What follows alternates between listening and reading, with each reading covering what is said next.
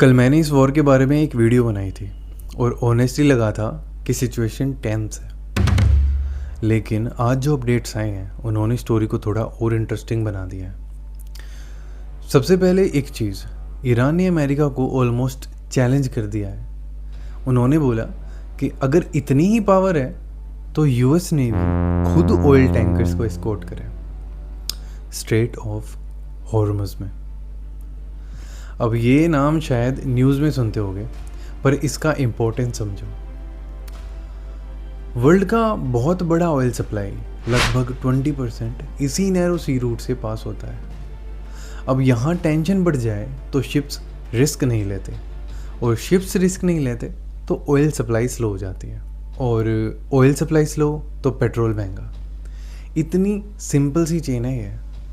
अब दूसरा डेवलपमेंट ये है कि यूनाइटेड स्टेट्स क्वाइटली एक और स्टेप ले रहा है। रिपोर्ट्स के अकॉर्डिंग यूएस मिडिल ईस्ट में एंटी ड्रोन सिस्टम डिप्लॉय कर रहा है, और ये नॉर्मल डिफेंस सिस्टम नहीं है।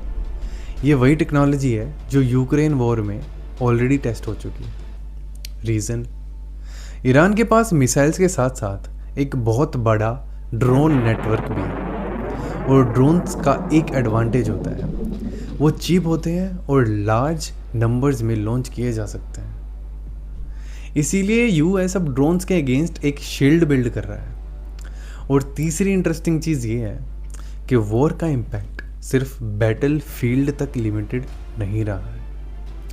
दुबई इंटरनेशनल एयरपोर्ट कुछ टाइम के लिए ऑपरेशन सस्पेंड कर चुका है। शिपिंग कंपनीज अपने इंश्योरेंस प्रीमियम इंक्रीज कर रही है, और कुछ कंट्रीज में पेट्रोल प्राइसेस ऑलरेडी स्पाइक कर चुके हैं।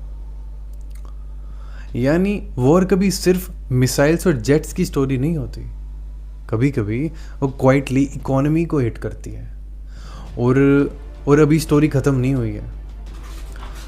हर कुछ घंटे में नए डेवलपमेंट्स आ रहे हैं, कभी मिलिट्री मूव, कभी इकोनॉमिक इम्पैक्ट, कभी डिप्लोमेटिक स्टेटमेंट। इसीलिए अगर तुम हेडलाइंस फॉलो कर रहे हो तो स्टोरी अभी बस शुरू हुई है, और जैसे जैसे नई अपडेट्स आएंगी मैं यहाँ सिंपल लैंग्वेज में उसको एक्सप्लेन करता रहूँगा। आप देख रहे थे आदि व्यू, और ऐसी अपडेट्स के लिए please subscribe this channel. Thanks for watching.